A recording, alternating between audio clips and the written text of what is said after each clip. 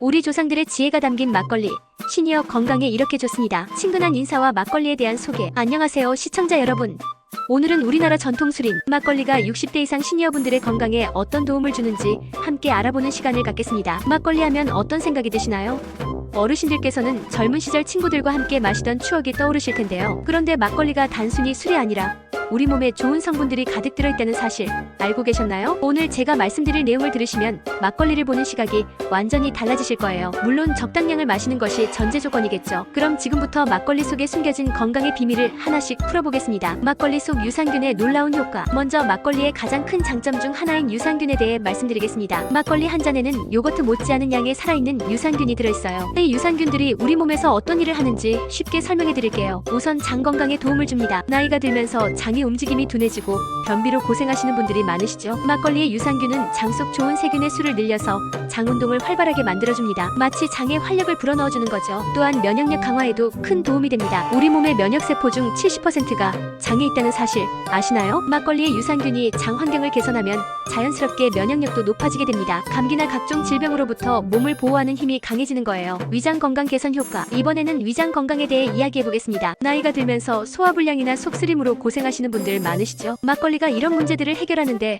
도움을 줄 수 있어요. 막걸리는 발효 과정에서 생기는 효소들이 풍부합니다. 이 효소들이 음식물의 소화를 도와주거든요. 특히 단백질과 탄수화물 분해에 뛰어난 효과가 있어요. 그래서 식사 후에 적당량의 막걸리를 드시면 소화가 훨씬 편해지실 거예요. 또한 막걸리의 약산성 성질이 위산 분비를 적절히 조절해줍니다. 위산이 너무 많아서 속이 쓰리신 분들에게는 위산을 중화시켜주고 반대로 위산이 부족한 분들에게는 적절한 자극을 주어 소화를 돕습니다. 여기서 중요한 점은 막걸리가 다른 술과 달리 위벽을 보호하는 성분이 있다는 거예요. 그래서 적당량을 마시면 위장 점막을 보호하고 위궤양 예방에도 도움이 됩니다. 당뇨병 관리에 도움. 이제 많은 시니어분들이 걱정하시는 당뇨병과 막걸리의 관계에 대해 말씀드리겠습니다. 당뇨병이 있으신 분들은 술을 완전히 끊어야 한다고 생각하시는 경우가 많은데요. 막걸리는 조금 다릅니다. 물론 의사 선생님과 상담 후 드시는 것이 좋지만 막걸리에는 혈당 관리에 도움이 되는 성분들이 있어요. 막걸리의 주원료인 쌀에는 저항성 전분이라는 성분이 들어있습니다. 이 성분은 혈당을 천천히 올리고 인슐린 분비를 안정화시켜줍니다. 또한 발효 과정에서 생기는 유기산들이 당분의 흡수 속도를 늦춰주어 급격한 혈당 상승을 막아줍니다. 여러 연구 결과에 따르면 적당량의 막걸리 섭취가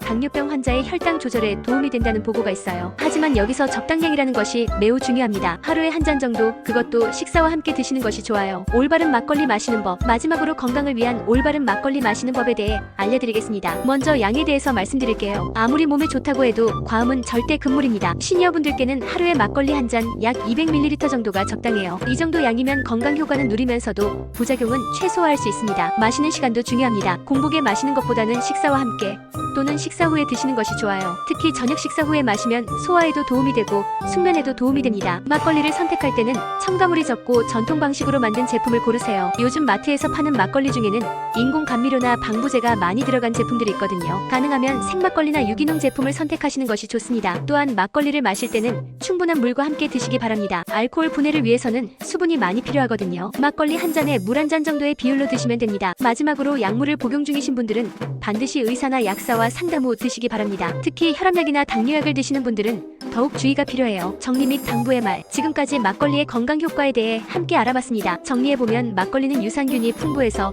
장 건강과 면역력 증진에 도움이 되고 소화 효소가 위장 건강을 개선해주며 적당량 섭취 시 당뇨병 관리에도 도움이 된다는 것을 알 수 있었어요. 하지만 가장 중요한 것은 적당량이라는 점을 다시 한번 강조드리고 싶습니다. 아무리 좋은 것도 과하면 독이 될 수 있거든요. 하루 한 잔 식사와 함께 그리고 충분한 수분 섭취와 함께 드시면 우리 조상들의 지혜가 담긴 막걸리가 여러분의 건강한 노년을 만들어가는 좋은 동반자가 될 것입니다. 건강한 음주 문화와 함께 행복한 시니어 라이프 되시기 바랍니다. 다음에도 더 유익한 건강 정보로 찾아뵙겠습니다. 시청해주셔서 감사합니다.